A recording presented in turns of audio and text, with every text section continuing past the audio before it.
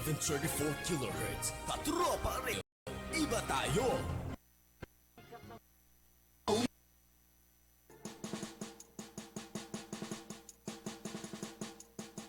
Kami ang hukbong himpapawid ng Pilipinas. Padayon lang.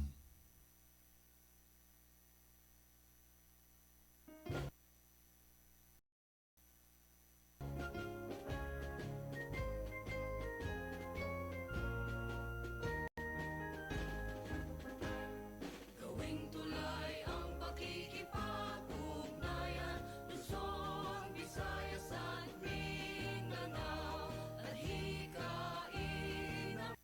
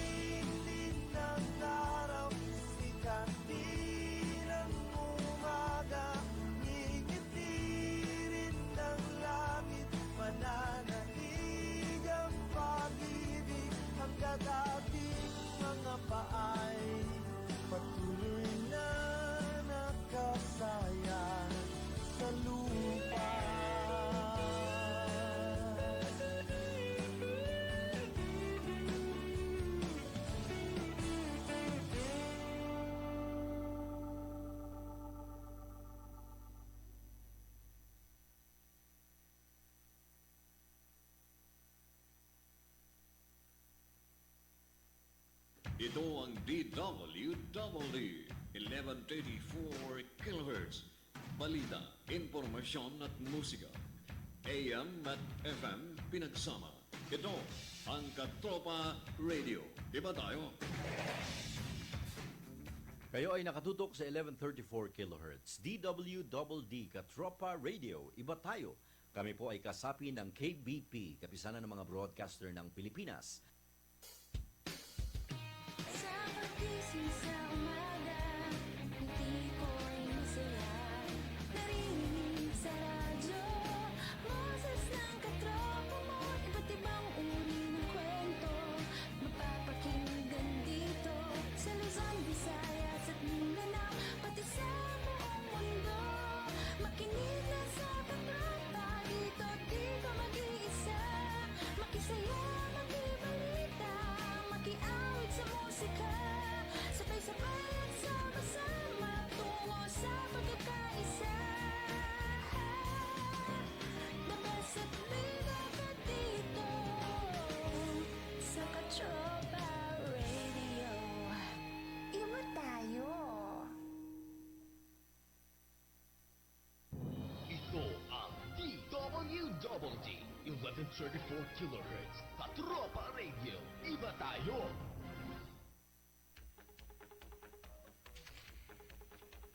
Sa pagsahid ng ganitong oras sa himpilang ito, nakatutok at aalingaw ang Kanyon. Kanyon!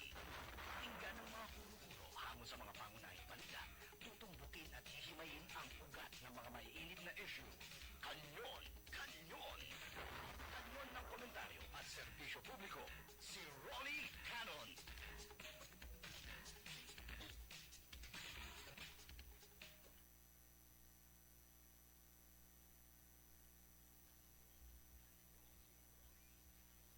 Kanyon! Kanyon! Si Rolly Canon.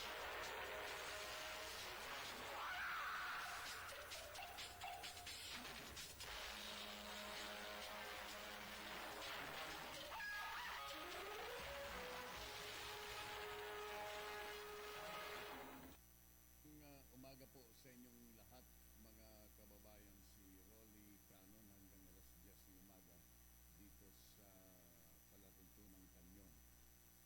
Marami tayong pag-uusapan. Ang mahalagang balita sa umagang ito, masayang balita para sa mga loto aficionados, no? Lalong-lalo na yung mga nagmamay-ari ng negosyo sa pagloloto. Yung may mga outlets ng loto sa Metro Manila, sa lahat ng dako ng Pilipinas, ipinag-utos na po ng palasyo. Pinabubuksan na po ang loto operation sa ating bansa. Kagabi yan po ay ipinahayag ni Sal Panelo, ni Presidential Spokesperson Salvador Panelo, na pwede nang mag-operate muli ang loto, sapagkat alam po ninyo, ang loto dapat hindi naman talaga isama sa closure order ng presidente, sapagkat yun naman ay naka-monitor ang lahat ng operasyon ng loto electronically. Nakalink po yan sa system ng PCSO at hindi pwedeng magkaroon ng korupsyon, lalong-lalo na sa remittances, sa revenue ng loto, mga kababayan, sapagkat yan naman ay talagang nandyan sa sistema ng PCSO. Recorded po yan, recorded electronically. Maaring mayroong mga suspicion sa patama ng loto, but not in the remittances ng revenue ng loto sa buong Pilipinas. So, masayang balita mga kababayan sapagkat ang loto operation ay tuloy na muli sa buong Pilipinas. Pwede nang tumaya muli ang mga mamamayang Pilipino. Yung mga nanaginip kagabi ng mga numbers, no? 6 na numero na pwede ninyong tayaan. Ang iba kasi, ang itinataya nila yung mga birthdays ng kanilang mga anak. Birthday nila, birthday ng kanilang asawa. Iyan ang numbers na inataya nila sa loto. Marami ang masaya na nagmamay-ari ng mga loto outlets ngayon. Back to normal. Back to business, no? Mga kababayan. Linilinaw natin yung other numbers game under the PCSO ay hindi pa po pwede.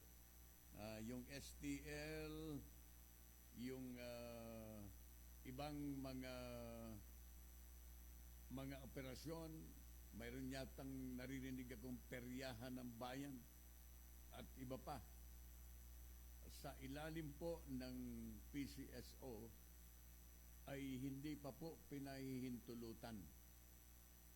Yung loto lang ang mayroong muling pahintulot galing sa Malacanang, ang pagbabalik ng operasyon ng loto. Mamaya pwede na tayong tumaya sa loto. Sa mga headlines ng mga periodiko ngayon, Lotto back, PCSO probe to focus on corruption. Ito po ang pahayag ng presidente. Ang mga investigador ay nagpahayag na walang irregularities in the operation of Lotto. The other games operated by the agency remain suspended. Alright. Kagabi po ito, no? Ipinahayag ni Presidential Spokesman Sal Panelo. Okay. So,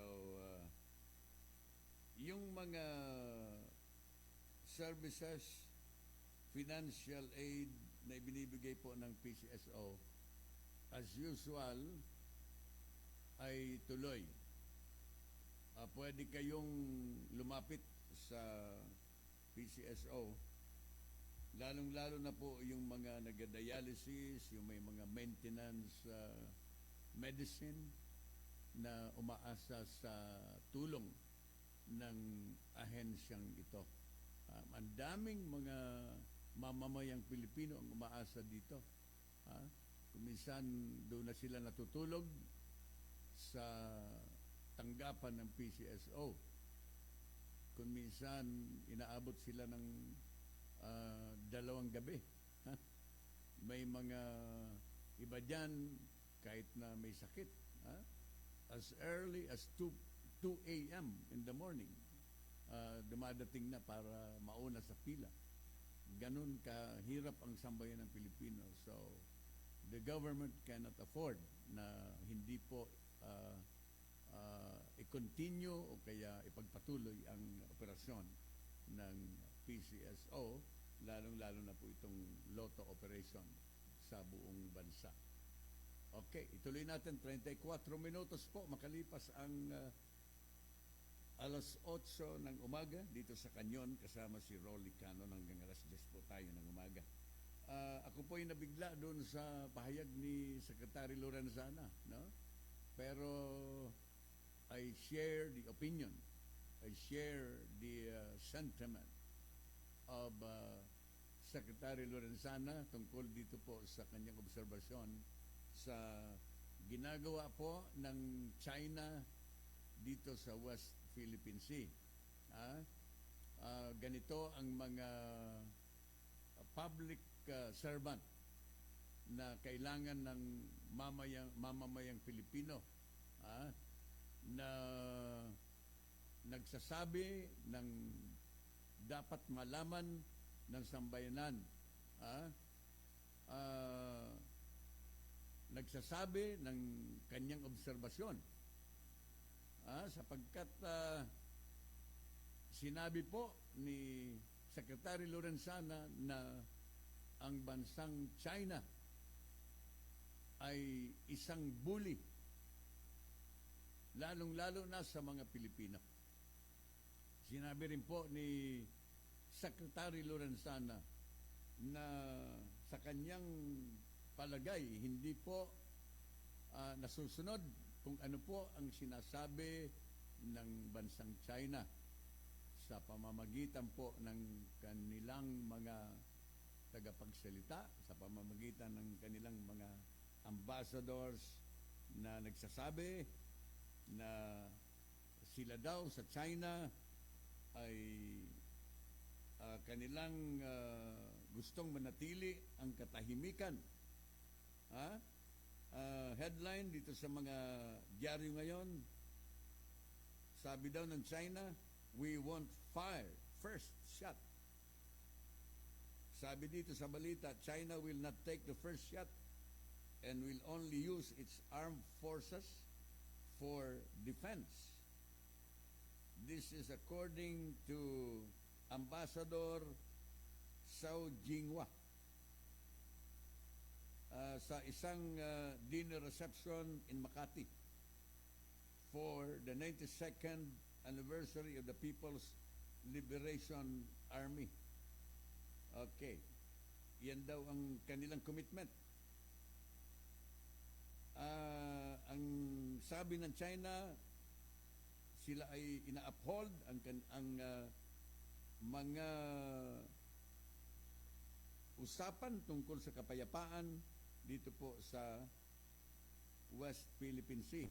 Lalong-lalo na dito sa mga disputed areas ng mga bansa na katulad po ng Pilipinas, ng Malaysia, ng Vietnam, at ng iba pang mga bansa, kasama na po ang China. Okay. Sang-ayon kay Secretary Lorenzana, nothing new in China's peace remark. Sang-ayon po kay Secretary Lorenzana na ang kanyang sinasabi ay binaback up ng isang survey na nagpapakita na ang bansang China is the country least trusted by the majority of the Filipinos. Noting China has been bullying the Philippines. Alam po ninyo,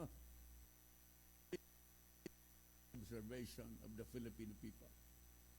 Sa survey po na ginawa sa mga Pilipino, 7 out of 10 Filipinos are saying that they do not trust China.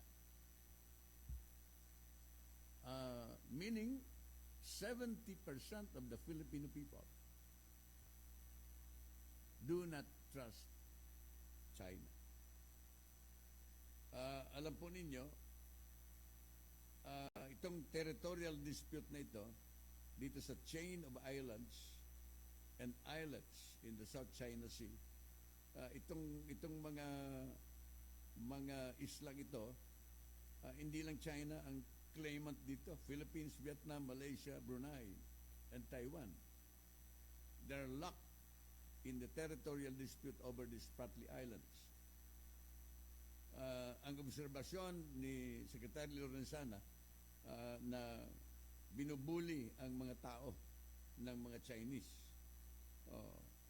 mga kababayan ko, na nakapasok ng mga inchik na ito diyan sa Scarborough Shoal in April 2012, matapos po ang standoff with the Philippine government vessels na ang alam ko dito nakialam ang Amerika na umalis na lamang ang dalawang mga maaring magkaroon ng encounter, mga Philippine vessels and Chinese vessels at the time. Pero sumunod po ang Pilipinas. Alam naman ninyo, ang mga Pilipino ay may isang salita. Sumunod po dito sa kasunduang ito na umatras ang mga Philippine vessels. Pero ang Chinese vessels ay nanatili, ay hindi po sumunod. Yun na po ang dahilan, doon na nagsimula ang pananatili ng mga Chinese vessels doon sa Scarborough Shoal, also known as the Panatag Shoal and the Bajo de Masinloc or Bajo de Masinloc, na mayroon pong 120 nautical miles ang layo dito sa Zambales, and yan po ay within the country's 200-mile exclusive economic zone, and it is some 500 nautical miles from China, which calls the shoal Wangyan Island. O, tingnan po ninyo, kiniklaim po ng China ang distance, dito na lamang sa distance dito sa atin, 120 nautical miles dito sa Zambales, pero dito po sa China, ang layo po ng kiniklaim nito ay 500 nautical miles from China. Tingnan po ninyo. So, alam po ninyo, ako po ay humahanga kay Secretary Lorenzana na siya po ay prangkang magsalita at sabi nga, he speaks his mind kung ano ang kanyang nararamdaman, sapagkat yan din ang damdamin ng mga Pilipino, Mr. Secretary. Yan ang dapat na dapat na sabihin ng isang Secretary of National Defense, para malaman po ng ating Pangulo. I think that is the duty of the Secretary of National Defense na ipaabot sa national leadership ang kanyang obserbasyon, ang kanyang palagay tungkol po dito sa nangyayari dito sa West Philippine Sea, tungkol sa sinasabi ni Secretary Lorenzana na pambubuli ng China.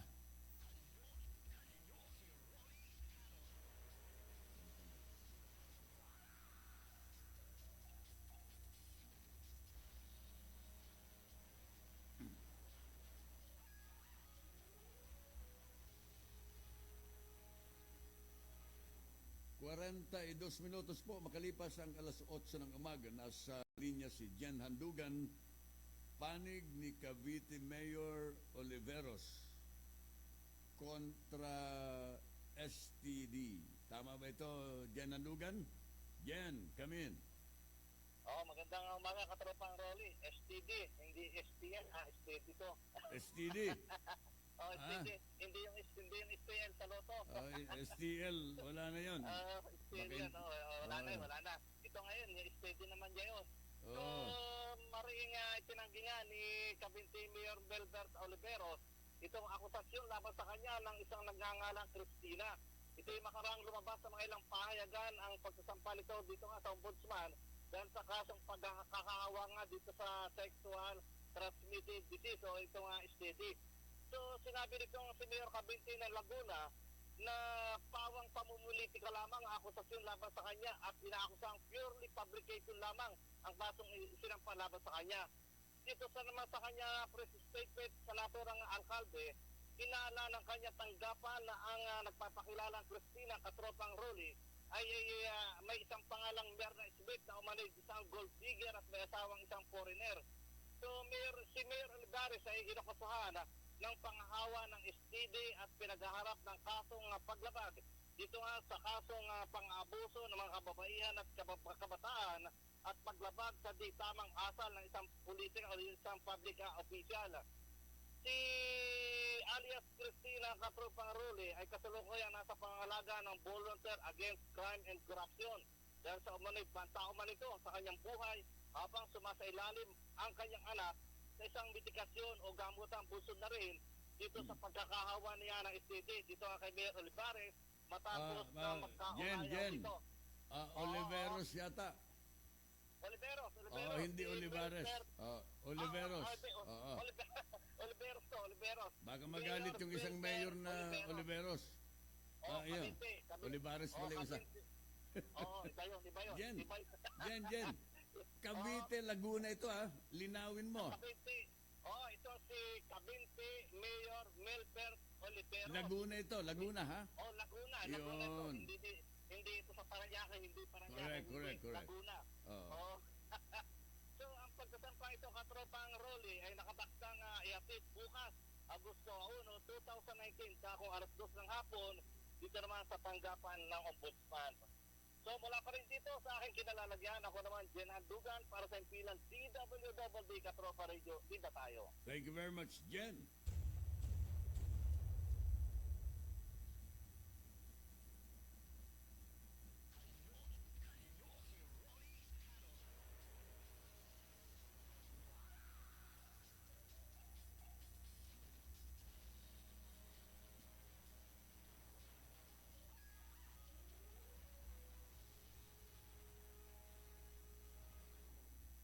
Alright, ituloy natin yung sinasabi ni Secretary Lorenzana, sabi ni DND Chief Lorenzana, sabi niya, China's actions don't match words. Yan.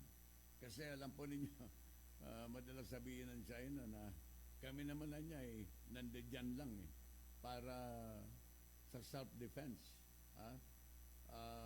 Kapag hindi naman na niya kami inatake, di naman kami magpapaputok at aming sinusuportahan lagi ang effort ng mga bansa para sa kapayapaan. Sabi ni Secretary Lorenzana, ito naman ang kanilang ginagawa ay hindi po sang-ayon sa kanilang sinasabi na despite its repeated declarations of commitment to peace, China cannot hide its bullying of countries contesting its claim over the South China Sea. Yan ang sinasabi na alam niyo, this is just a reaction of the defense chief ng ating bansa doon sa pronouncement ni Chinese Ambassador Xiao Jinghua on Monday that China would use its military only for defense and will not fire the first shot. Ito po ang alam ninyo, hindi lang ito ang first time. Nababalitaan natin in the past na itong ating mga fishermen, di ba? Kanilang inaatake, kinakanyon ng mga water cannons, no? Mga kababayan. So it is not really true na ang China ay para sa kapayapaan at hindi sila umuuna, hindi sila nangbubuli, na ito po ay isang uring pambubuli sa mga Pilipino. Ito po ang kailangan lahat siguro na mga cabinet officials ng Pangulo ay kailangan na maipaabot sa Pangulo ang tama.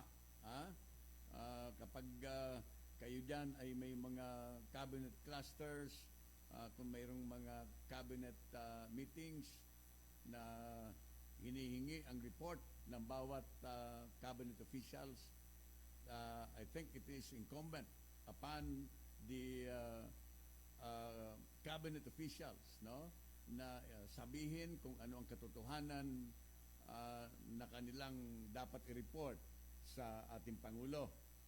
Hindi yung ibang mga cabinet official na iba ang nire-report sa ating presidente. pinapaganda ang kanilang mga report. Para bagang everything is all right. Kailangan din ninyo na maging honest sa inyong mga report sa ating Pangulo para ma-assess ng ating Presidente ang totoong kalagayan dito sa ating bansa.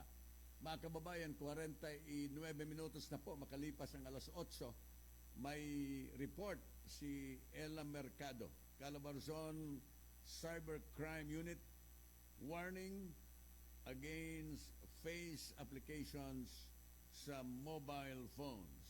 Ibigay mo ang detalye, Ella Mercado. Ella, come in.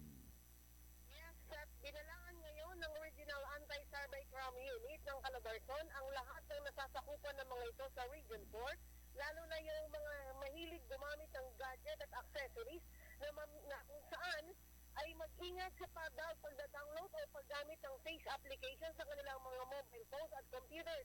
Ang babala Katropang Rolly ay bunsod ng naturang face applications ay karaniwang resulta ng identity theft na posibleng magamit sa paggawa ng krimen o kaya ay pagnanakaw sa mga ari-ariang gamit ang inyong identity para sa mga credit card o application online sa mga government agencies at iba pa. Sinabi ng Region 4 ang Cyber Anti-Crime Unit, bagamat mahirap na matrace ang mga krimeng nagaganap online, hindi umano papayag ang mga otoridad na sila ay malinlang gamit ang pabago-bagong mukha ng mga kriminal sa bansa. Kung kaya upang makaiwas sa pagkakadawit sa mga krimeng gawa ng ibang gamit ang inyong pagkakakilanlan, dapat umanong maging maingat ang mga mamamayan sa pagpopost ng kanilang mga mukha dahil sa posibleng matrace ang gamit nilang mga password dahilan upang makuha ang mga personal na impormasyon ng mga ito. Ayon sa Cybercrime Unit, nakamonitor ang kanilang mga tauhan online kung kaya hiniling sa lahat na makipagtulungan sa otoridad sa pamamagitan ng sariling pag-iingat. Yan ang ating pag-uulat. Ako naman, Ella Mercado, para sa himpilang DWW Katropa Radio. Iba tayo. Thank you very much, Ella.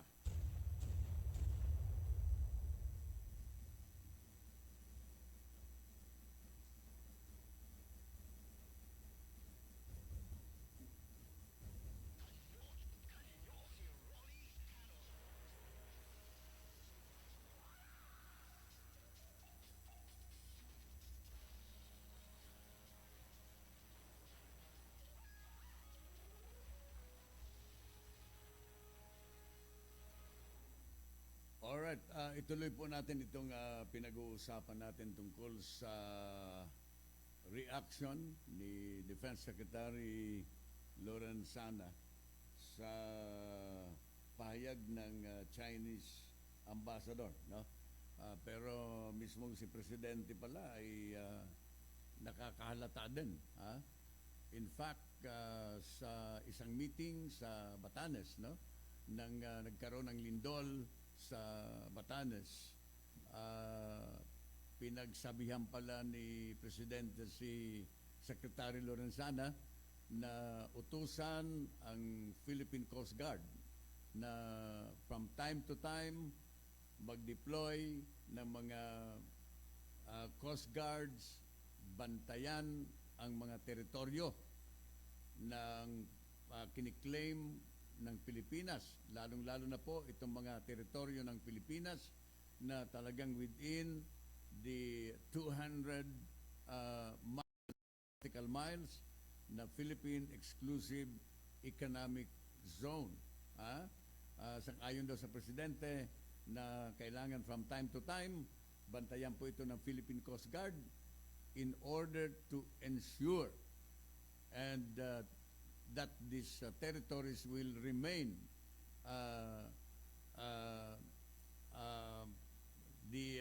for the Philippines will remain as our territory, no?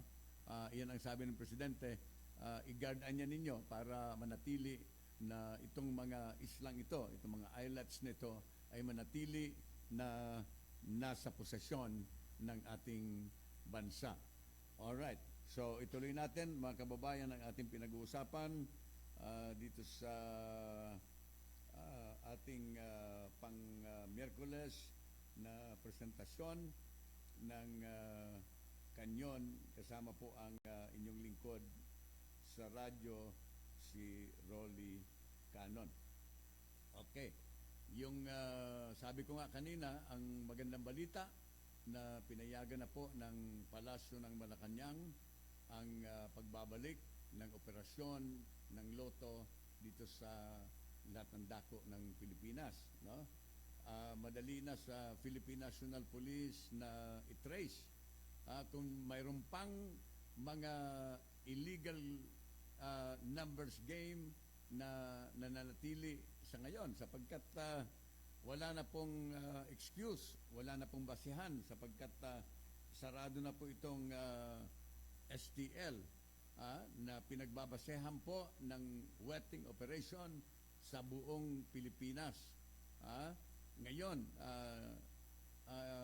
mayroon na pong kautosan si General Albayalde sa lahat ng mga police commanders, mga provincial commanders, mga chief of police in different areas sa buong bansa na bantayan at hulihin ang sino man na involved in the illegal numbers game. Wala na po, wala nang excuse sapagkat alam ninyo, nung araw kasi hindi po kayang hulihin ng mga pulis itong mga kubrador ng STL sapagkat mayroon po silang ID ng PCSO na nanggagaling po sa mga accredited na mga STL operator. Yung kanilang mga kubrador ay hindi po mahuli kahit na ang operasyon ay wetting sapagkat they have been issued an ID coming from the STL operator. Legal pa kasi mga kababayan ko. Hindi ma-distinguish ng mga kapulisan natin kung alin ang illegal, kung ito ba talaga ay loto, o ito ba ay STL, o ito ba talaga ay wetting operation. But with the suspension of the President dito po sa STL operation, ay wala na pong dahilan. Anything na mayroong maamoy o kaya maobserbahan ang Philippine National Police, dito mga kapulisan natin, dapat hulihin po ninyo ito. Kung hindi po ninyo mahuli ito, ang ibig sabihin po niyan ay involved ang mga namumuno ng pulisya sa lugar na yon. So, I think this is a warning na galing po sa PNP chief na hindi siya magdadalawang isip na i-relieve ang provincial commander o kaya ang chief of police in certain locality na i-relieve ang mga ito kapag manatili ang illegal numbers game sa kanilang mga nasasakupan.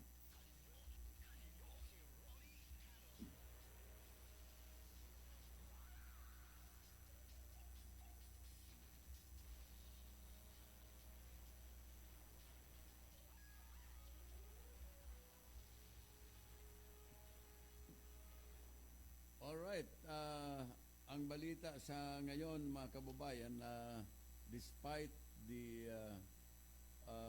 controversy na kinasasangkutan po ni Health Secretary Francisco Duque III, sangayon po sa Palasyo, the President still trusts him. This is according to Presidential Spokesman Salpanelo. Napakaswerte talaga ni Secretary Duque. Napakaswerte ng pamilyang ito. Na despite the controversy, despite the expose doon sa privileged speech ni Senador Ping Lacson kahapon, na ibinunyag ang mga mas posible na katiwalian sa Department of Health, lalong-lalo na kay Secretary Duque, doon sa conflict of interest na mga kontrata doon sa kanilang building at sa kanang PhilHealth, kung saan ang PhilHealth po ay nasa ilalim ng Department of Health at ang chairman ng PhilHealth ay walang iba kundi ang Secretary of Health, si Secretary Duque. Marami pong mga kontrobersiya na pinasukan po. Aside from the controversy ng overpayment ng mga ospital, overpayment ng mga doktor dito sa PhilHealth, at aside from the conflict of interest dito sa mga negosyo na pinasukan po ng mga korporasyon na pag-aari po ng mga Duque. Pero ngayon, ang pahayag po galing sa Malacanang ay nananatili na ang presidente ay pinagtitiwalaan pa rin si Secretary Duque. Ayan. Ay may mga tao talagang ipinanganak na punong-puno ng swerte sa buhay. Isa na dito si Secretary Duque.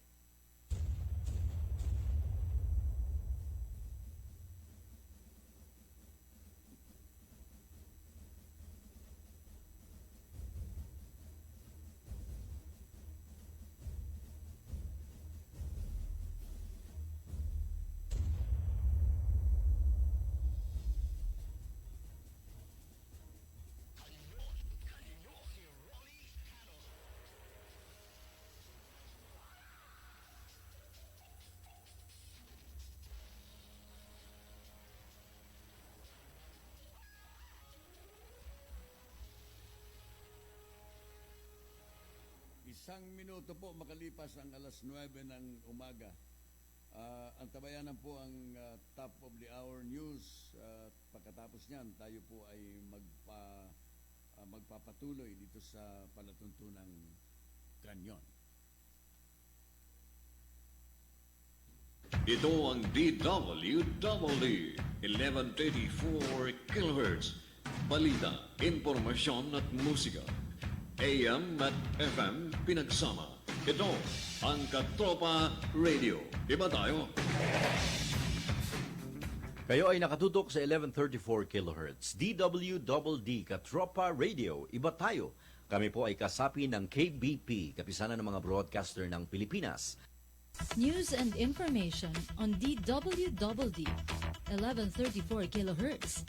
Ngayon na! Magandang umaga.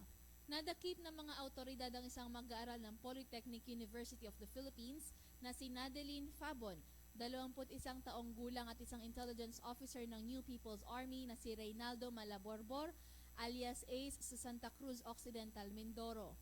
Ayon kay Colonel Kit Teofilo, commander ng 203rd Infantry Brigade, sina Malaborbor at Fabon ay dinakip makaraang mahulihan ng hindi lisensyadong caliber 45 na baril at 9mm na mga baril at pampasabog.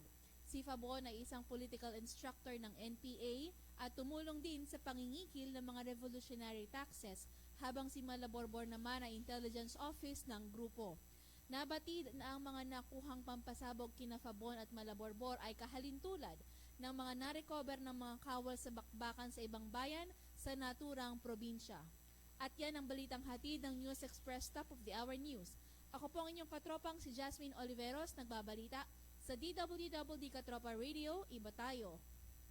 Ito ang DWWD 1134 kHz. Balita, impormasyon at musika. AM at FM pinagsama. Ito ang Katropa Radio. Iba tayo. Kayo ay nakatutok sa 1134 kHz. DWDD Katropa Radio. Iba tayo. Kami po ay kasapi ng KBP, kapisanan ng mga broadcaster ng Pilipinas. The principle of above self is at the heart of the special forces.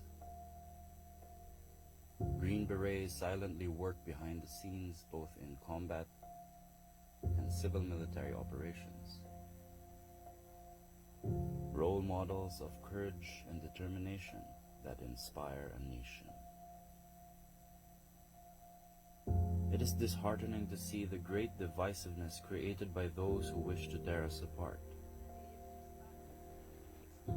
Where is the dialogue for peace? Each time communist terrorists and religious extremists wage war, not only the soldiers pay the price. Every Filipino pays the price. Millions of taxpayers' hard-earned pesos have paid for these wars, taking away much-needed money from communities that need it most. But we can choose to initiate change. It doesn't matter what our profession is, what culture, to which group we belong,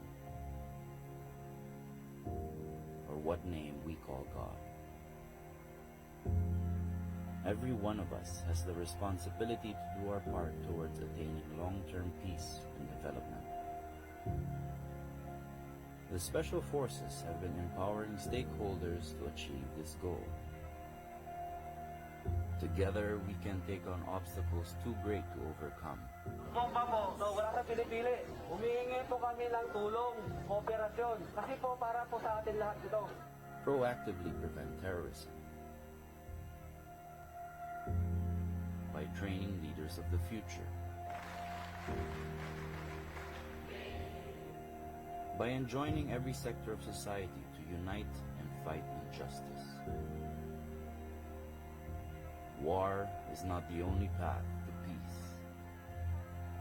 To subdue the enemy without fighting is the greatest skill mastered by the Special Forces. Mula sa pagpatayo ng school na to, project namin at saka yung SF company, binigyan na lang kami ng barangay hall at saka yung cover court, may tubig na. Yun ang difference talaga yung kapayapaan dito sa Upper Galayan, mula lang sa pagpatayo ng school. Yung gulo ngayon wala na, peaceful na ngayon dito sa amin sa Upper Galayan. Through unconventional warfare, we resolved a 2-decade-long tribal conflict, which allowed the community a chance to develop and thrive in peace.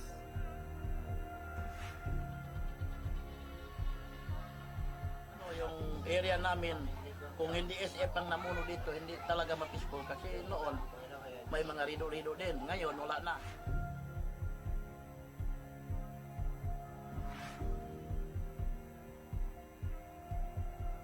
Peace made possible by winning the hearts and minds of even the enemy. Yung mga SF, nagsama kami, naglaban sa Abu Sayyaf. Ayaw namin yung gulo dito sa Basilan. Ang gusto namin peace. Sana makamit natin ang kapayapaan dito sa Mindanao. Magkaisa, Muslim at Christian. Kung ano man yung maiabot namin na tulong sa inyo para sa kapayapaan dito sa Basilan, handa po kami umalalay sa inyo at sumuporta sa inyo. Peace that inspires terrorists to voluntarily surrender. Makuha natin ang kapayapaan pag huminto na lahat ang mga kalokohan dito sa Basilan, lalong-lalo na ang mga busayap na yan. Wala tayong mapapala doon. Kung hindi patay na lang, tulungan natin ang SF. Handa silang tumutulong sa atin, bayan. The Enhanced Comprehensive Local Integration Program reintegrates former communist terrorists back into society. One of many programs that encourage Filipinos on the other side of the law to return without bloodshed. If all means fail to resolve conflict peacefully, paratroopers always have a reserve, a plan B, a course of action to arrange the meeting between evil and their judgment.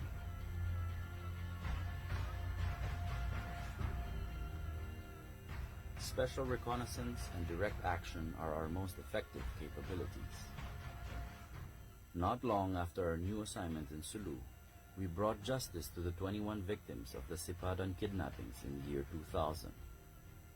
The 19-year hunt of Abu Sayyaf sub-leader Anga Aji and his men came to an end. A message to our enemies that never shall evil triumph over good.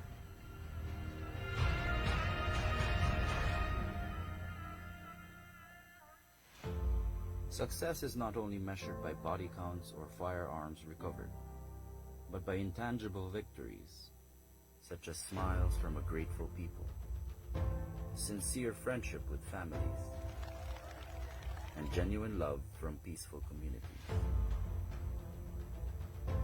There is no force more powerful than love. This is how we come together as a nation. This is why we fight. For the future that we hope will be so much brighter. For those we care about. For lasting peace and development. For the Philippines that we love.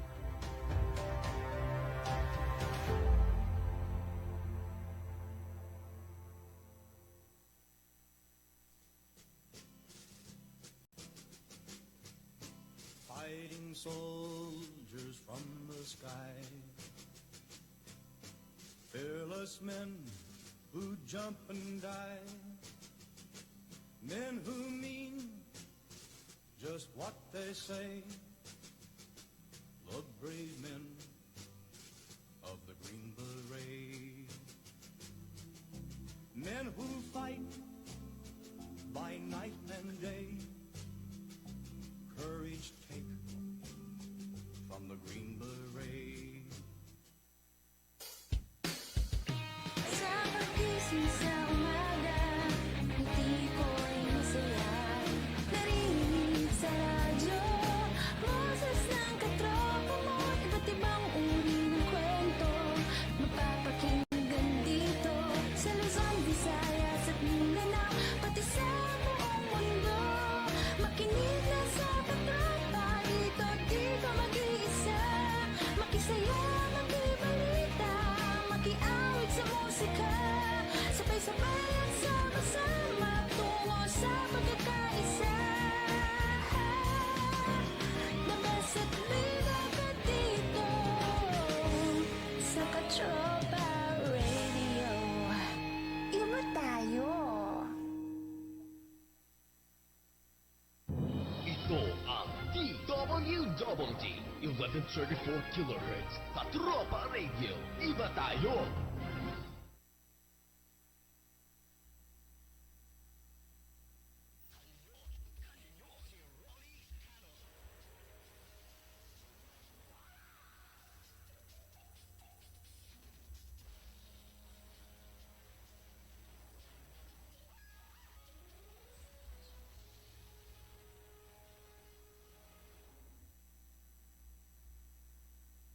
Alright, second part ng palatuntunan ng Kanyon kasama si Rolly Canon.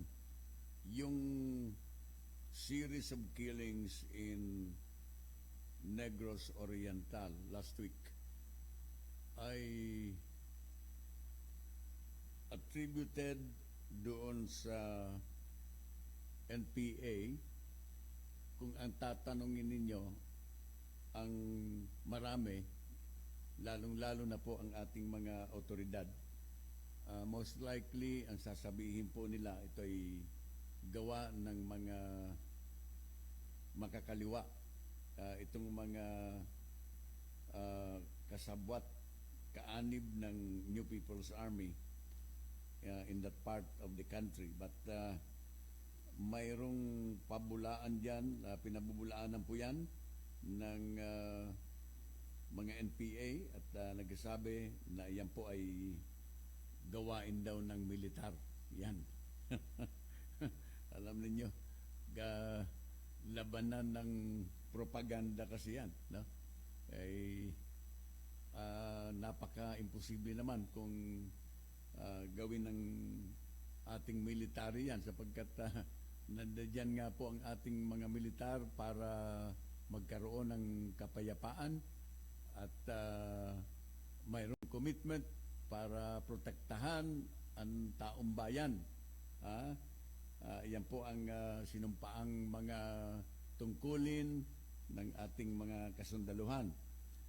In the meantime, ang Philippine National Police has deployed a special action force. Itong mga SAF commandos doon sa Negros Island, sa gitna po ng tinatawag na wave of killings doon sa Rion, doon po sa nasabing lugar sa Negros Oriental.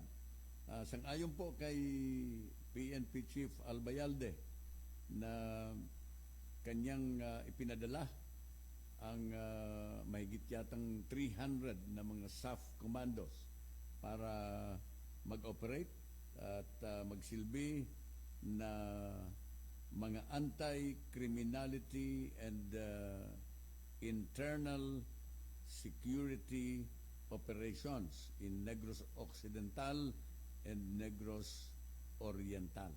This is according to PNP Chief Albayalde, na mas maganda na mag-deploy ng mga commandos doon ng SAF para bantayan at mahinto itong series of killings, no, doon sa lugar na yon.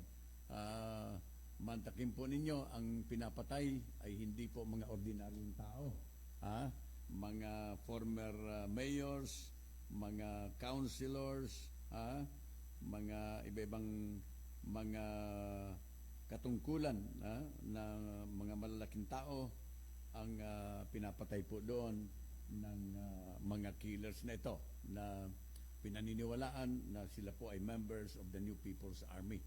So, kanya-kanyang pahayag po, mga kababayan ko.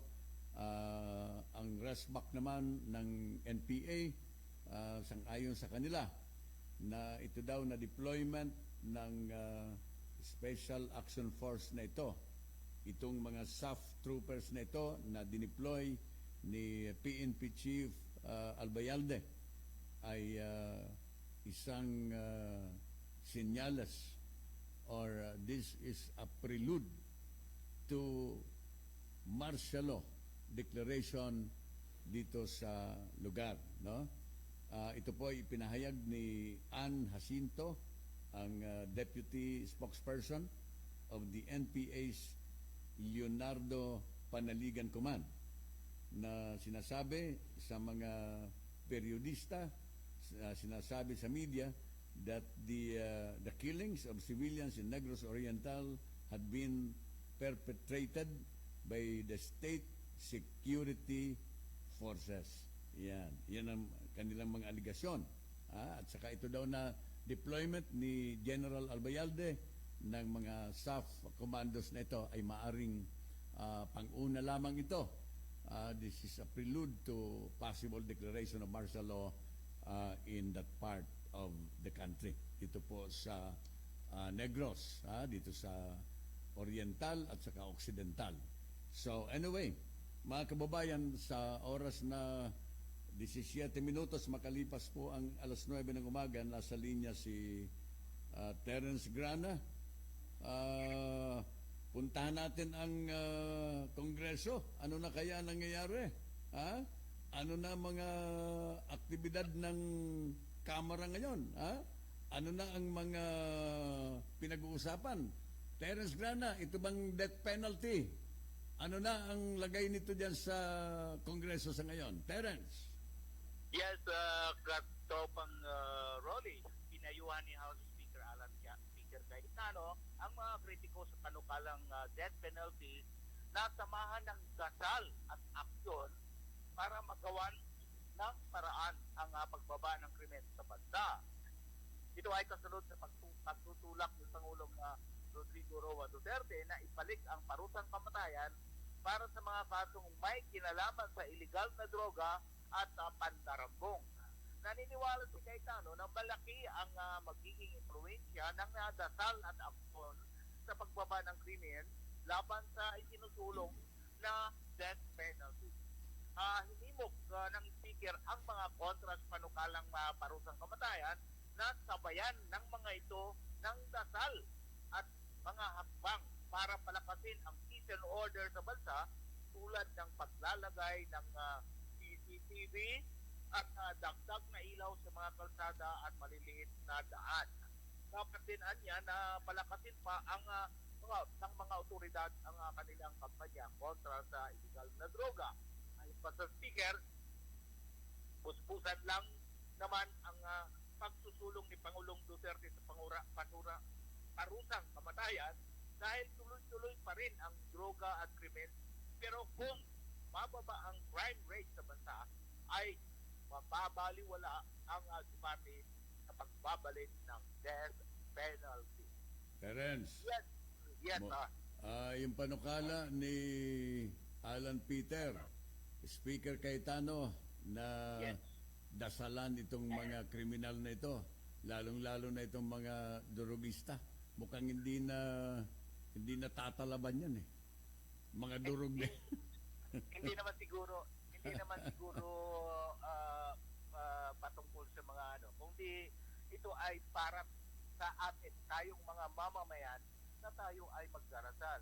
Hilingin natin sa Panginoon na mawala na itong illegal na droga at para bumaba ang krimen. Mukhang malakas ang puwersa ng kabila ng demonyo. Yun na nga.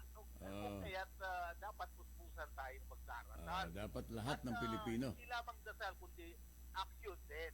Ang ibig sabihin niya sa action, yung maglalagay ng mga CCTV sa bawat lugar at sa mga maliliit na daan para naman ma-monitor lahat ng mga isinasagawa, yung mga action dyan sa daanan at ma-record at madaling matukoy ang mga salarin. Marami nagdadasal ngayon na huwag maaprubahan ang death penalty. Paano yan? Yung mga kaparian, yung clergy, di ba ayaw nila ng death penalty? Paano yan? Yes, pero siguro, ako, sa interpretasyon ko lang, isineset aside ni Speaker Cayetano ang mga clergy at hinihimok lang niya ang lahat ng mga mamamayan. Kung maaari, samahan ng mga clergy na magdarasal, hindi maipata ang death penalty, kundi mababaan at mawala na itong masawatan na itong illegal na droga. Pagkat ito talaga, ang illegal na droga, ang pinagdahilan ng mga malalaking krimen at tayo naman na kung maaari ay darasal natin na mawala na yung korupsyon. Sapagkat ang korupsyon din ay isa sa mga minensya ng ating buting Pangulo na magiging dahilan at magiging krimen laban sa kasama sa death penalty. Pati yung plunder, korupsyon. Yes, diba? That's right. So ipagdasal natin sila, itong ating mga opisyales at ating mga taong gobyerno, na ipagdasal natin sila na sana maliwanagan sila na hindi na sila mangungurapot at mandarambong. Pero Terence, sa tingin mo, kapag hindi binago ang saklaw ng death penalty, saklaw itong mga illegal drugs, dealers nito, traffickers, at saka itong plunderer dyan dito sa ating bansa, tingin mo as is, papasa dito sa Kamara hanggang sa Senado? Anong tingin mo? Sa tingin ko, ito lang naman, inimok lang naman ng speaker. Pero kung talagang wala na talagang magagawa, siguro hindi na siya magatubiling i-recommenda na ipasa na ang death penalty. Sapagkat hindi na talaga, wala na, no way, dead end So, hindi. Dapat marapat-tamang. Hindi yan makakapasa dyan, lalong-lalo na sa dyan sa Kamara. Hindi makakapasa yan unless na alisin ang plunder. Pwede doon sa drug traffickers lang, papasa ka agad yan. Hindi ako nagkukulit. Alam mo na yan kung bakit. Alam mo na yan kung bakit. Napatawa ka alam ko na alam mo. Hindi naman tayo pinanganak kahapon. Oo. Alam natin yan. But anyway, sa akin lamang, taganang sa akin, ito na mga panghihimok ni House Speaker Cayetano, ay kung matugunan natin ito at magiging epektibo yung ating pagdarasal, ay siguro naman din tayo ng ating Panginoong may kapal na itaat. At sana nawa na mawala na yung mga krimen na yan, illegal drugs, and of course, plunder, and the corruption, which were mentioned by the President in his State of the Nation address. Basta ako, hindi ako naniniwala na papasa ang death penalty restoration kung hindi aalisin yung plunder na saklaw ng death penalty. Yes, sa ganang akin ay nire-respeto ko yung tawag dito? Analysis, opinion. Everybody has his own right to have his own Correct. opinion. Correct. But anyway, hanggang dito na lamang pansamantala at naka-isorbo na ako dito. Okay. Mula sa Kamara de Representantes, Terence Mordeno Grana nag-ulat para sa DWW sa TROPA Radio. Iba tayo. Thank you.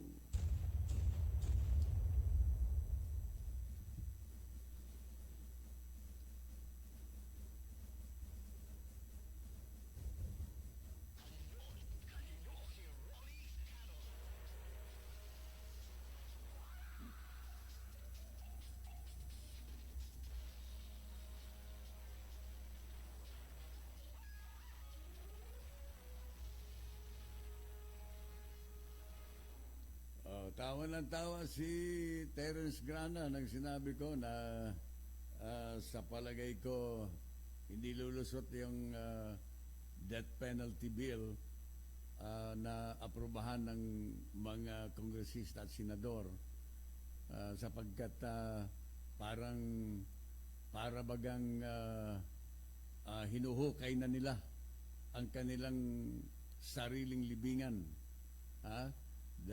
Most of them, if they are going to approve it, they're digging their own grave. Kasi baka alam ninyo marami ang natitempt kasi sa mga pwesto sa gobyerno, natitempt sa pagkamal ng milyon-milyong salapi, pagkurakot sa gobyerno, na yan ang gustong alisin ng ating presidente. Pero marami, in fact, dito sa Kongreso, sa House, sa Senado, marami pa dyan ang may mga kinakaharap na kaso until now. No? Some of them are even facing charges until now. Mayroong mga hearings. No? Some of them are out of bail. Yung iba nga dyan dapat hindi po mapiyansahan. Pero alam niyo, mayroon kasing dyan sa ating sistema ng batas, kahit plunder case, kapag magandang presentasyon sa korte na mahina ang ebidensya, kahit plunder case, pinapayagan po na makapagpiyansa ang akusado ng ating mga korte. Yan. So, alisin na po yung plunder case para maaprubahan ang death penalty. Doon na lang sa drug traffickers, doon na lang sa mga kaso involving drugs, no? Ang death penalty. Makikita po ninyo, talagang mapapabilis po ang approval niyan.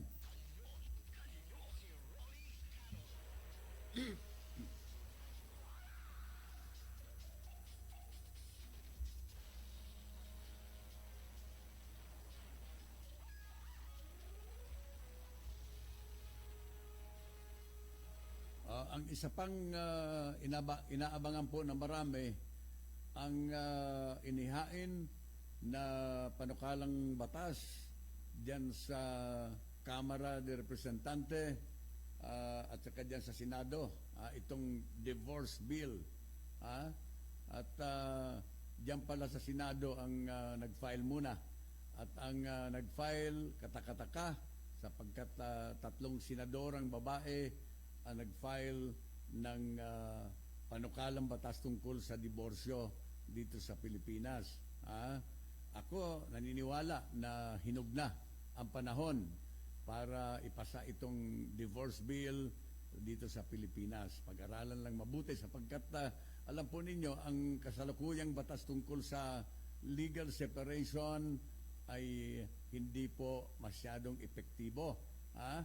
And besides, sa legal separation, napakadaming busisi, napakadaming gastos. Yan ang totoo. If you are an ordinary working man, kung ikaw ay kumikita lamang ng sapat sa pamilya mo at ang pagsasama ninyo mag-asawa ay hindi na po ganong kaganda, you cannot just separate from your husband or from your wife, no? Sapagkat wala kang gagastusin. Ang estimate sa isang annulment case, mga kababayan, inaabot po yan ng taon, 1 o 2 o 3 taon, at gagastos ka po ng katakot-takot ranging from 200,000 to 300,000 pesos, mga kababayan ko. So, isimplify po ninyo itong mga proponents ng divorce bill na sina Senators Pia Cayetano, Senator Nancy Binay at Senator Risa Ontiveros. Ayusin po ninyo, make it easy for the Filipinos for as long as the grounds are established, yung mga grounds for divorce ay malinaw at authentic na may kailangan madokumento at kailangan may batayan. Make it easy na hindi na masyadong gagastos ang mga Pilipino sa proseso ng divorce. Divorce Philippine style. Alright, 31 minutos na po makalipas ang alas 9 ng umaga dito sa Kanyon. Magpapakilala tayo muli ng ating himpilan at magbabalik ang inyong lingkod hanggang alas 10 ng umaga. Ito ang DWWD 1134 kHz. Balita, impormasyon at musika. AM at FM pinagsama. Ito ang Katropa Radio. Iba tayo. Kayo ay nakatutok sa 1134 kHz. DWDD Katropa Radio. Iba tayo. Kami po ay kasapi ng KBP, kapisanan ng mga broadcaster ng Pilipinas. Sa pagkising sa umaga, ngiti ko'y masaya. Narinig sa radyo, boses ng katropa mo. Iba't ibang uri ng kwento, mapapakinggan dito. Sa Luzon, Visayas at Mindanao, pati sa buong mundo. Makinig na sa katropa, dito mag-iisa. Makisaya, makibalita, makiawit sa musika. Sabay-sabay at sama-sama tungo sa pagkakaisa. The best at bida ka dito sa Katropa Radio. Iba tayo.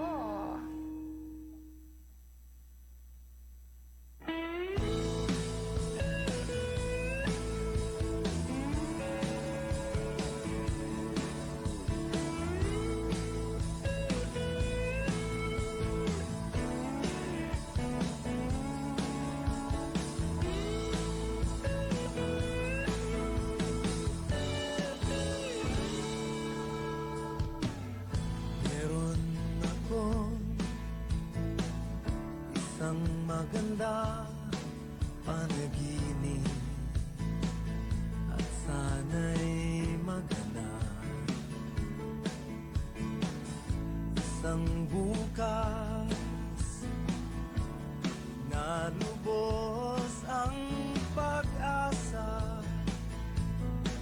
Ang mundo ay mapayapa, bawat bansa'y may pag-unawa. Mawawala ang pupot at galit, mananaig sa puso at isip ang pag-ibig. Darating din ang araw, sisigat din ang umaga. Ngingitirin ng langit, maghihilom ang mga sakit, hanggat ating mga paay patuloy na nakasayat sa lupa.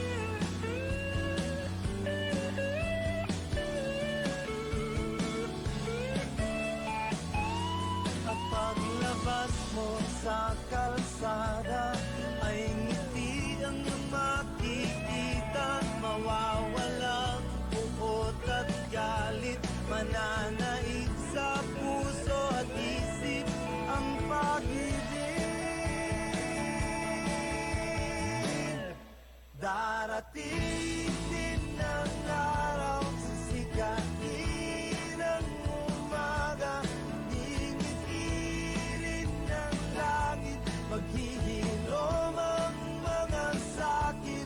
Darating din ng araw, sisikatin ang umaga, ngingitirin ng langit, mawawalang puot at galit. Darating din ng araw, sisikatin ang umaga, ngingitirin ng langit, mananalig ang pag-ibig hanggat ating mga paay patuloy na nakasayang sa lupa.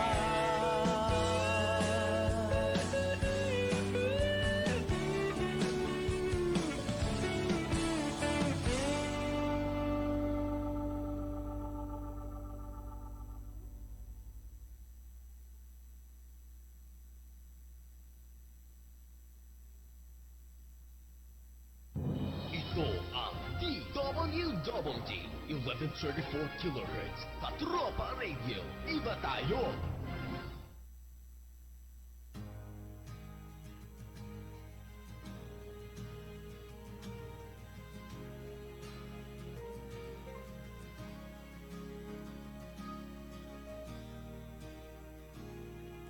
Itigil na natin ang labanan upang wala nang masasaktan. Bakit di na lang tayo magtulungan nang makamtan ng kapayapaan, kaunlaran? Halika na, kumapit ka ngayon.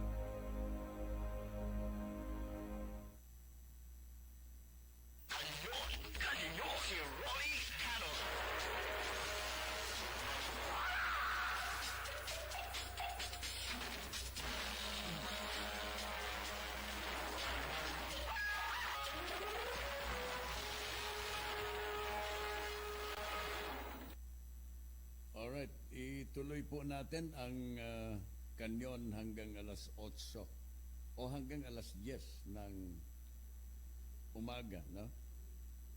8 to 10 ang ating programa dito sa DWDD Radio. Sabayan po na napapakinggan at napapanood dito sa Katropa DWDD sa Facebook Live. Alright. Kanina nakausap ko si Terence doon sa House of Representatives at pinag-usapan namin yung iba-ibang mga bills introduced in the House, lalong-lalo na po itong death penalty. Mukhang ang deliberasyon sa iba-ibang mga panukala na nakahain diyan sa Kamara ay nagkakaroon ng delay sapagkat nagkakaroon pa ng kaguluhan sa assignment ng iba-ibang mga House committees, no? Ang akala ko ay ayos na po itong mga committee na ito na inayos na ni Speaker Cayetano. Akala ko ayos na ito sapagkat mag-iisang buwan na po ito, no? Ngayon ang balita, there is a mad scrabble going on in the House of Representatives doon sa committee assignments among the supporters of Speaker Alan Peter Cayetano from several political parties and power blocks in the House of Representatives, no? Iba-iba kasing mga bloke ang nandyan sa Kamara, mga powerful blocks, no? Yung mga party list groups, no? Yung mga members of the PDP laban at iba pang mga bloke na maliliit na may mga hangarin na magkaroon po ng mga importanteng komite dito sa Kamara. Sa kasalukuyan po ay nagkakaroon pa lang na-organize pa lamang ni Alan Cayetano ay as of yesterday afternoon, the House has so far organized only 8 of its 75 committees by naming their chairman and vice chairman. Nako, mukhang natatagalan, no? Kasi nangingibabaw po ang mga katakawan ng mga kongresista na inihalal po natin dito sa mga committee na ito. They would like to be a chairman of some juicy positions, no? Lalong-lalo na po itong iba-ibang mga komite na makatas. Ika nga.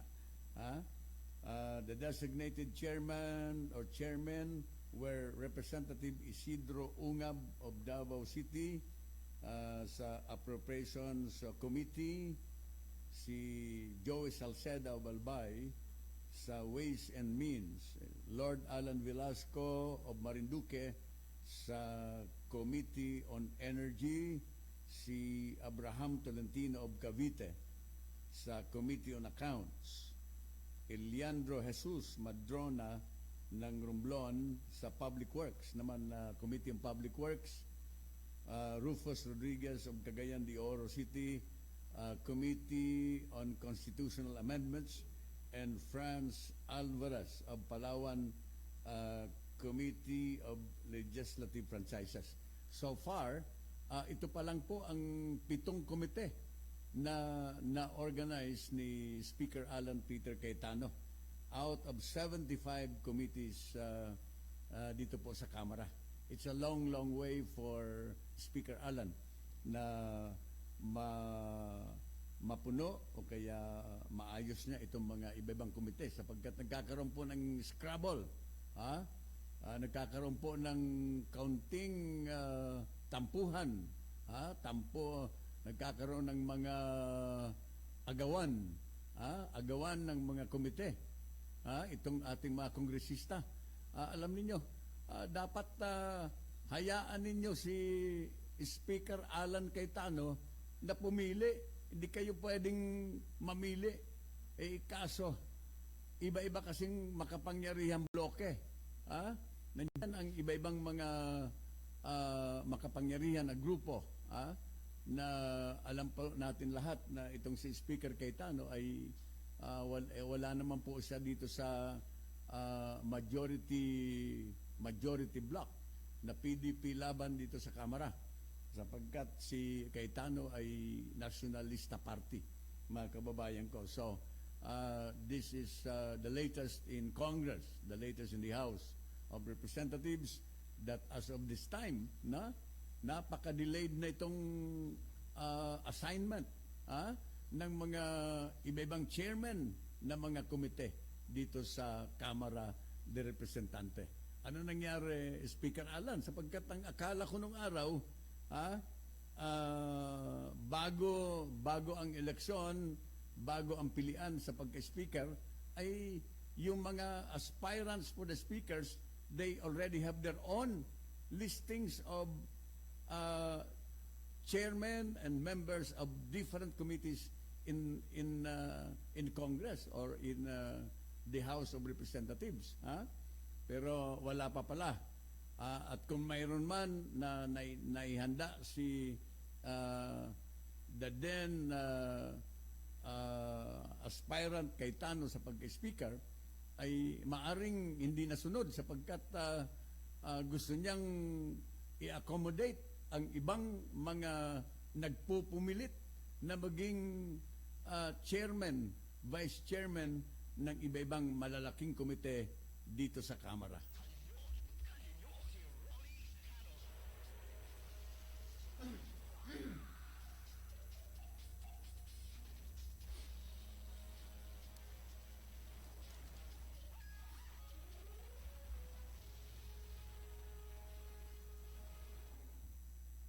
Alright, ituloy po natin ang ating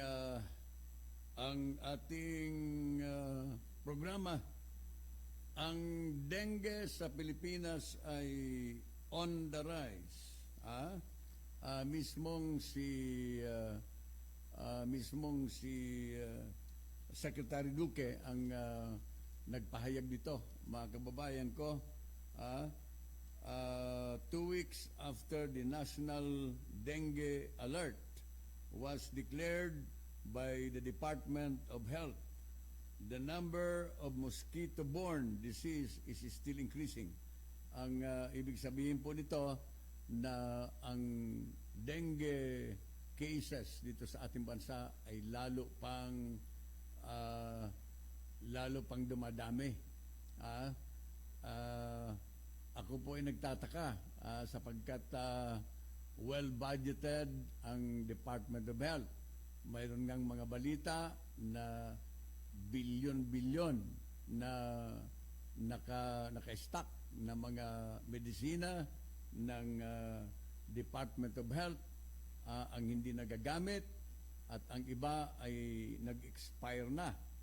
In fact, magkakaroon po ng investigation tungkol sa mga iba-ibang mga kontrobersiya diyan sa DOH, diyan sa Department of Health, na pinamumunuan po ng masyadong kontrobersyal ngayon na cabinet official na si Secretary Duque, mga kababayan ko.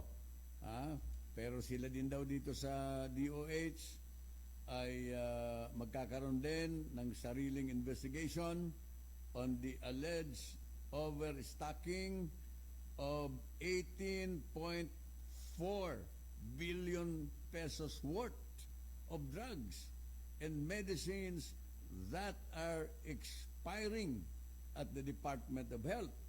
Secretary Duque, ano ba ang nangyari? Bakit ngayon lang kayo magpapatawag ng sarili ninyong investigation diyan sa Department of Health? Bakit ngayon lang nalaman na itong mga gamot na ito na binili po ng Department of Health are expiring? Mantakin po ninyo, 18.4 billion pesos worth of drugs and medicines are expiring dito sa mga stock room ng Department of Health. Samantala na ito pong dengue ay tuloy, mga kababayan, na tumataas ang cases ng dengue. At ano ang nangyari kung bakit bumili ang Department of Health ng napakadaming gamot ang ating mamamayang Pilipino, lalong-lalo na in the rural areas. Wala po silang mga gamot. Ang mga health centers po natin ay karamihan sa mga health centers wala pong gamot. Ay naghihirap sa gamot. Ang mga public hospitals natin, in most cases, nire-resetahan po ang mga mahihirap na tao ng gamot. Libre lang ang mga facilities, libre lang ang consultation sa mga public hospitals, pero ang gamot, karamihan ay nagkukulang at binibili po ng mahihirap nating mamamayang Pilipino. And despite of that, nalalaman po natin ngayon, 18.4 billion worth. We are talking of billions of pesos worth of medicines na naka-stock dito sa Department of Health na hindi po na-distribute. Most of these medicines are expiring very, very soon. Nako, sayang po nito. Billion ito. We are talking here of billions of pesos. We are not just talking about millions of pesos here. Ay kailangan managot dito kung sino ang nag-import nito, sino ang nag-procure nito, sino ba ang nagsagawa ng pag-aaral na kailangan natin ng mag-stock ng medicine ng Department of Health, na kailangan mag-stock ng medicine amounting to about 18.4 billion pesos. Ito ba ay na-procure sa ilalim po ng administrasyon ni Secretary Duque, o ito po ay na-procure during the last administration? Kailangan po dito ang investigation. And I understand, ito pong Senado ay magsasagawa po ng thorough investigation in regards to the various controversies na bumabalot dito po sa Department of Health, lalong-lalo na po kay Secretary Duque. Nakakasiguro po ako na sa proseso ng investigasyon na yan ng Senado, lalabas po ang lahat ng ito. Pati matatalupan kung bakit bumili ang Department of Health ng mga medisina na hindi na-distribute sa mga maliliit na tao na may sakit sa iba-ibang dako ng Pilipinas, pero ngayon ay mabubulok dito sa mga bodega ng Department of Health. Again, sasabihin ko po sa inyo, mga kababayan, we are talking here of 18.4 billion pesos worth of medicines that are about to expire anytime. Sayang ng pera, Mr. President. Kailangan malaman po ng Malacanang kung bakit nag-purchase, nag-procure ang Department of Health ng ganito kadaming medicine na mabubulok na lamang, na hindi po distributed sa iba-ibang dako ng ating bansa.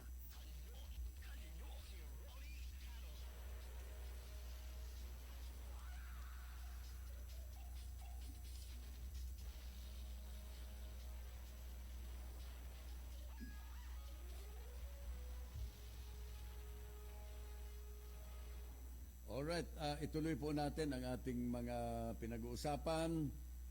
Ang standing order ng Presidente dito sa DILG Secretary, Secretary Anyo, at dito sa ating mga kapulisan na i-demolish ang lahat ng mga obstruction sa lahat po na mga public roads all over Metro Manila.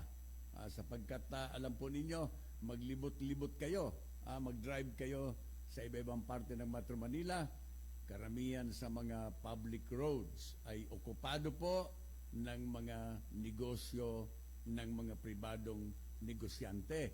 Nandiyan na po ngayon ang talyer, mayroon pong mga vulcanizing, na mayroong mga nagtitinda, mayroon ngang recent na nabalitaan tayo na pinabuwag ni PNP Chief Albayalde na tinayuan po ng isang presinto ng pulis. Kahit na po presinto ng pulis, sapagkat yan po ay nakaka-obstruct ng traffic dito sa kabuuan ng Metro Manila, yan po ay pinabuwag ni General Albayalde, pati na po si General Eliazar. So tuloy po ang paglilinis dito sa Metro Manila at ito po ay sang-ayon sa kapirasong mensahe din ng Pangulo ng Pilipinas during the SONA to clear and to redeem all public roads dito sa ating Metro Manila, mga kababayan ko. So anyway, tuloy po tayo. Ang MMDA ay itutuloy po itong kontrobersyal na pagbabawal sa mga provincial buses na pumasok dito sa kahabaan ng EDSA at ganoon din sa ibang lugar sa Metro Manila. Despite the opposition, itutuloy na itong provincial bus ban habang in the absence of any TRO that will be issued by any court, sapagkat mayroon pong petition ang mga provincial buses operators na sila po ay humingi ng TRO para sa implementasyon ng MMDA na ipagbawal ang mga provincial buses dito sa EDSA. Mayroong mga designated na mga terminals, no? Yung mga galing sa Bicol, sa South, ang designated terminal ay dito po sa Santa Rosa, Laguna. Yung mga galing sa Cavite and some other parts near that area ay dito po sa Parañaque Terminal, dito sa may coastal, at yung galing sa norte ng mga provincial buses ay dito po sa Valenzuela, dito sa Bulacan, Valenzuela, Metro Manila. Mga kababayan, sumunod po tayo dito sa pagbabawal na ito sapagkat ang number one problem dito sa Metro Manila ay itong traffic congestion. In fact, marami ang humihingi ng emergency powers for the President just to be able to ease the traffic congestion along EDSA na tinututulan po ng maraming mga senador. At ang humihingi nito na emergency powers ay si Secretary Tugade at saka si Senator Francis Tolentino. Palagay ko hindi na kailangan sapagkat tayo po ay mag-cooperate lamang dito sa mga ginagawa ng MMDA. Maaring maibsa na po itong traffic congestion dito sa Metro Manila. Maraming salamat sa walang sawang pag-aantabay sa programang ito. 10:00 na po ng umaga. Maraming salamat sa pakikinig at panonood sa programang KANYON ni Rolly Canon every day from Mondays to Fridays from 8 to 10 in the morning dito po sa himpilang ito. Leonor, thank you. Beth, sa news, salamat. At maraming salamat sa mga nakinig at nanood saan mang dako ng Pilipinas at dako ng mundo. Sa mga Bicolanos na kababayan ko, Diyos mabalo sa seno gabos mga tugang. Magbabalik si Rolly Canon bukas muli. And again, I pray for peace. Kanyon! Kanyon! Inyong napakinggan si Rolly Canon sa isa na namang matalinong pagtalakay ng mga issue. Maraming salamat po at abangan ang kanyang pagbabalik at muling pagputok ng Kanyon!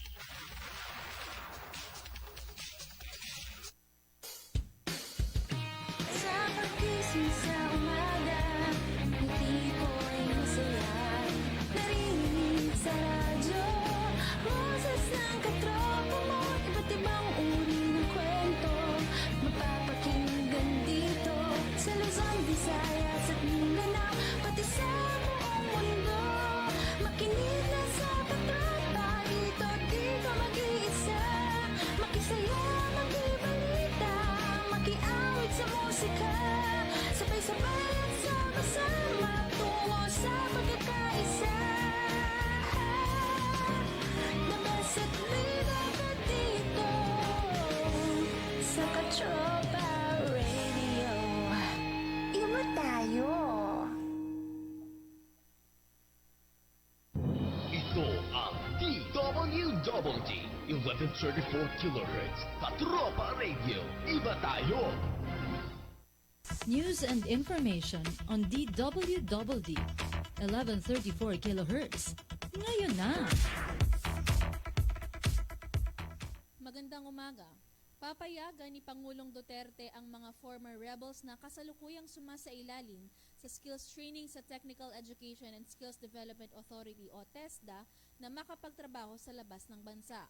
Ayon sa Pangulo, papayagan niya ang mga ito kung hindi silang makakahanap ng trabaho sa Pilipinas. Inatasan na din niya si TESDA Director General Isidro La Peña na palawakin pa ang pagbibigay ng training sa mga nagsisukong rebelde. Bukod sa TESDA training, binigyan din ng Pangulo ng pabahay ang mga nagsisukong rebelde. Makailang beses nang umaapila si Pangulong Duterte sa mga rebelde na magbalik loob na lamang sa pamahalaan para makapamuhay ng normal at itigil na ang pakikibaka sa bundok. At yan ang balitang hatid ng News Express Top of the Hour News. Ako po ang inyong katropang si Jasmine Oliveros, nagbabalita sa DWDD Katropa Radio, Iba Tayo. Ito ang DWDD 1134 kHz Katropa Radio. Iba tayo!